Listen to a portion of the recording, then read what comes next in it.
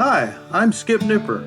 Welcome to Skip's Corner, the podcast where I tell you about not only Nashville's great baseball history and traditions, shot to right, a one-hop liner, but certainly about its past. And you will hear a little bit about its present and future, too. Yes, he can. It makes the waist-high catch. There are great stories about Tom Wilson Park, Herschel Greer Stadium, Sulphur Dell, and the players, coaches, and fans who love everything about baseball. And every once in a while, you will get to hear from a special guest who will share their fondness and even passion for the great game. The high fly ball down the right field corner, going way back, hits a lead-off home run. Anticipation was high for opening day at Sulphur Dell in 1955. The ball club was touting a new affiliation with an outstanding major league organization, the Cincinnati Reds. And even the general manager, Gabe Paul, came to Nashville and bypassed the Reds' opening day in Milwaukee against the Braves. The energetic sports writers touted that it would be a new day for the Nashville Vols, hoping that energy would surge the team's players and the fans too. See, attendance in Chattanooga a few days earlier stood at 9,268, and it was always a contest between cities, especially the sports writers, to see how one could outdraw the other on opening day, and a trophy was to be given to the Southern Association city with the best opening day attendance. Now, it's April the 13th, and the game between the Nashville Vols and Birmingham Barons was to be held that day because the night before, a deluge of rain had rescheduled the game until the 13th, and the Vols had had a listless 64-90 record the previous season when they finished one game out of the cellar ahead of Mobile, but tied with Little Rock, both 30 games behind Atlanta. And even with Bob Lennon's most valuable player season with 60 home runs in 54, a Southern Association season record never broken in the league's history, Nashville drew only 89,470 for the year, the fewest since World War II. And so the sports writers were on board with trying to bring a new age to Nashville with the Reds affiliation. 54 also ended the New York Giants' 3-year agreement with the Vols, one that was not touted as successful, although there were great players in the Giants' fold in Nashville like Bob Lennon, pitchers Jim Constable, Al Worthington, and Jack Harshman, and Gale Harris and Jim Marshall, other players destined for the pros, but the club only had one season in those 3 years of the Giants' affiliation in 1953 at 85 and 69, but 1952 and 1954 were not good seasons. Now, Nashville Banner sports writer Fred Russell appeared to be especially excited about the prospects for 1955. And on the morning of April the 13th, he wrote in his sidelines column to remind his readers about the opportunity to find out whether Nashville wanted to be a Southern Association city going forward. And he wrote, "Tonight's turnout will furnish the first bit of evidence. By being at the Dell tonight, you'll cast your vote to keep Southern Association baseball in Nashville."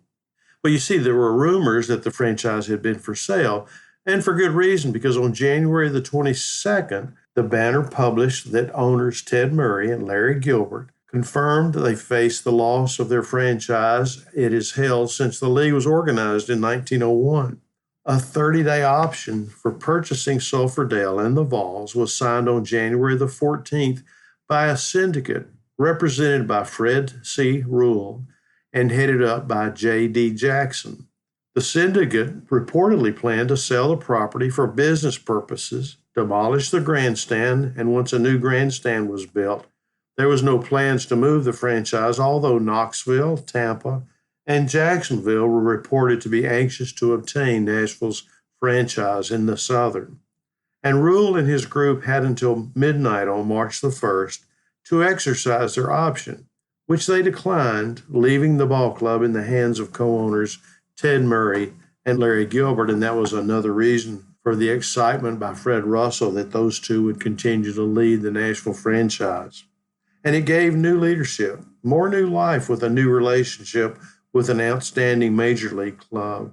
That really left Russell and Nashville fans with a sense of relief. And a new manager who had been announced back in the fall, Joe Schultz, he was a member of the St. Louis Cardinals Gas House gang and was destined to become the first and only Seattle Pilots manager, spoke at the Nashville Old Timers banquet in February and explained his intention to lead the Vols. And he said, I hope that I can lend my little bit to the great baseball heritage that belongs in Nashville. I believe that Cincinnati will furnish us with the players who will keep us up right around the top. Now, I suppose they did, because added to the excitement was a revamped Nashville roster that included infield keystone members Larry Taylor and Bobby Durnball, hot corner stalwart Tommy Buckshot Brown, catcher Earl Averill, the son of a future Hall of Fame member of the same name, and who can forget hometown favorite son Roy Pardue, back home from military service, with his exceptional southpaw curveball. Now, hoping for a break in the weather, which seemed to play havoc with baseball schedules across the country, and had reared its ugly head only 10 days prior when on April the 4th, Eddie Matthews hit 3 home runs and the Milwaukee Braves lost to the Brooklyn Dodgers at Sulphurdale 10-8, because 10 days earlier, Sulphurdale had been almost completely flooded.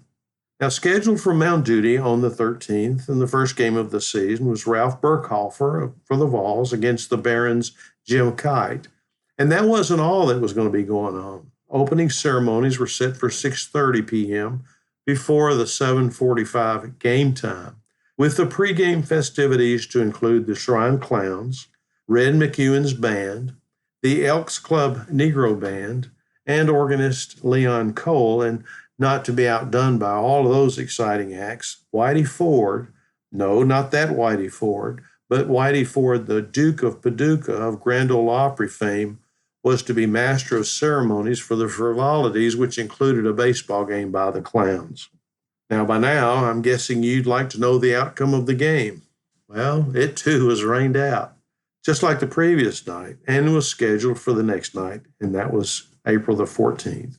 The Vols did turn back Birmingham 11-9 in a weather-delayed game in front of 6,603 fans, a long way off from Chattanooga's opening attendance. But it was the largest opening day crowd since 1949. And oddly enough, the game itself featured 30 players between the two clubs. 10 of them were pitchers, and if you can believe it, 7 were southpaws. Now, going forward, on May the 21st, the Vols were in 8th place with a 19-21 record. And sure, there had been some highlights. I call out that March 21st date because it's going to be an important one in this story. Rookie southpaw Roy Pardue pitched Nashville's first shutout of the season on April the 23rd, beating Birmingham 4-0 and limiting the Barons to 5 hits. And 5 days later, on the 28th, Tom Acker, down from Cincinnati, struck out 10 and limited the Atlanta Crackers to 6 hits and 1 earned run in 7 innings, although Atlanta won the game 6-1. Then a few weeks later, on May the 17th, Pardue won his 6th game, allowing 5 hits as the Vols won 5-2 at Little Rock. He struck out 11 travelers and didn't walk any. But 4 days later, on the 21st, May the 21st, exasperated Larry Gilbert sold his half interest in the Nashville Ball Club to other co-owner Murray for $125,000 and retired to live in his native New Orleans.